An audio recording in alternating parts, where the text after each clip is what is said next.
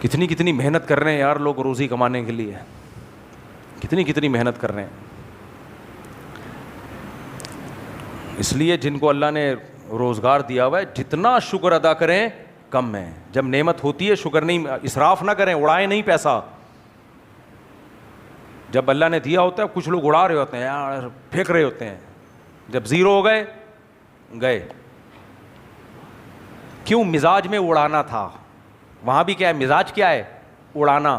پھر اس پہ شریعت کا لیبل لگاتے ہیں, اسلام سخاوت پسند کرتا ہے, اسلام اعتدال کے ساتھ سخاوت پسند کرتا ہے, بے لگام سخاوت کی اجازت نہیں ہے. قرآن کے الفاظ ہیں لا تجعل یدک مغلولۃ الی عنقک, نہ اتنے کنجوس بنو کہ اپنے ہاتھ کو گردن سے باندھ لو, ولا تبسطھا کل البسط, نہ اتنے سخی بننے کی کوشش کرو کہ اڑا دو سارا, کل پھر لوگوں سے بھیک مانگنی پڑے تمہیں. وابتغی بین ذلک سبیلا, درمیان میں چلو بیلنس, نہ کنجوسی اور نہ ایسی سخاوت کہ کل خود بھیک مانگنی پڑے لوگوں سے. آپ کہہ سکتے ہو پھر نبی نے اتنی سخاوت کیوں کی, صحابہ نے اتنی سخاوت کیوں کی کہ صبح خرچ کیا تو شام کی فکر نہیں, شام خرچ کیا تو صبح کی فکر نہیں.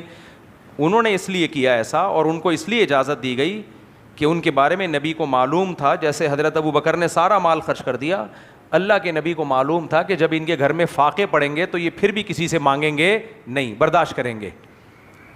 سمجھ میں آ رہی ہے بات کہ نہیں آ رہی ہے؟ عام آدمی کی یہ کنڈیشن نہیں, میری اور آپ کی یہ کنڈیشن نہیں ہے, اور خاص طور پہ بیوی بچوں والا تو یہ کر ہی نہیں سکتا. نبی کو معلوم تھا ابو بکر سارا مال لے آئے ہیں, شام کو گھر میں فاقے ہوں گے تو نہ ابو بکر پریشان, نہ ان کی زوجہ پریشان, نہ ان کے بچے پریشان, صبر کریں گے یہ سوچ کر کہ یہ کس کی طرف سے آزمائش ہے, اللہ کی طرف سے. تو جس میں اتنا صبر ہو ٹھیک ہے. آج کل ایسا صبر مارکیٹ میں کیا ہے, شارٹ ہے. اور زیادہ فنٹر نہیں بنا کرو. بعض مذہبی اسکالر کہتے ہیں میں تو ہوں, ہم تو نہیں ہیں, میں تو اپنے بارے میں کہتا ہوں میرے اندر تو نہیں ہے بھائی اتنا صبر, ہمیں تو ایک پراٹھا نہ ملے ایک ٹائم کا ہمارا دماغ خراب ہونا شروع ہو جاتا ہے. کیا خیال ہے؟ تو کیوں فنٹر بن رہے ہو, جتنے ہو اتنے رہو نا. کیا خیال ہے؟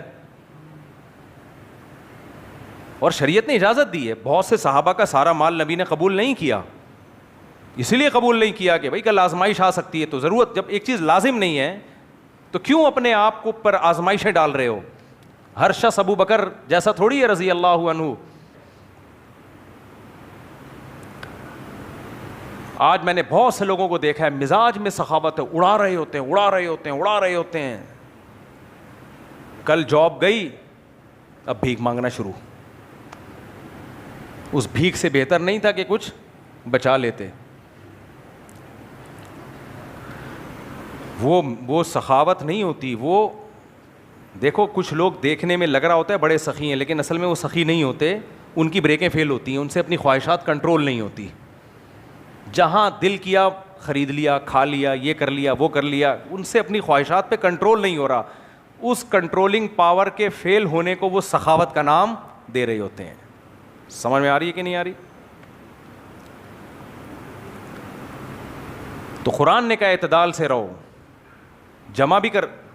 علماء نے بیان کیا ہے کہ آپ کی جو آمدن ہو نا, جتنی آپ کو سیلری مل رہی ہے, کم سے کم 1 سال کی تنخواہ جمع کر کے رکھو.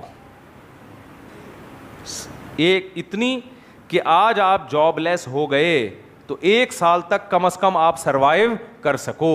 1 سال آپ کے پاس دوبارہ کوئی نیا روزگار تلاش کرنے کا موقع ہو. جو کر سکتا ہے جمع, جو ہینڈ ٹو ماؤتھ چل رہا ہے وہ تو بیچارہ کیسے کرے گا. ہاں 20-20, 30-30 سالوں کا مت سوچو, 1 سال کافی ہے. 1 سال بہت ہے, 1 سال میں مل جائے گی انشاءاللہ. اور پیسہ اسٹور کریں گولڈ کی شکل میں. پیسے کی شکل میں اسٹور کیا تو اتنا ڈی ویلیو ہو رہا ہے کہ ایسا نہ ہو کہ سال کے بعد آپ بولیں گے اسے تو دہی بھی نہیں آ رہی. کیا خیال ہے؟ 2005 میں جتنے پیسوں سے سونا آتا تھا, آج اتنے پیسوں سے 1 پاؤ دہی آ جائے بڑی بات ہے.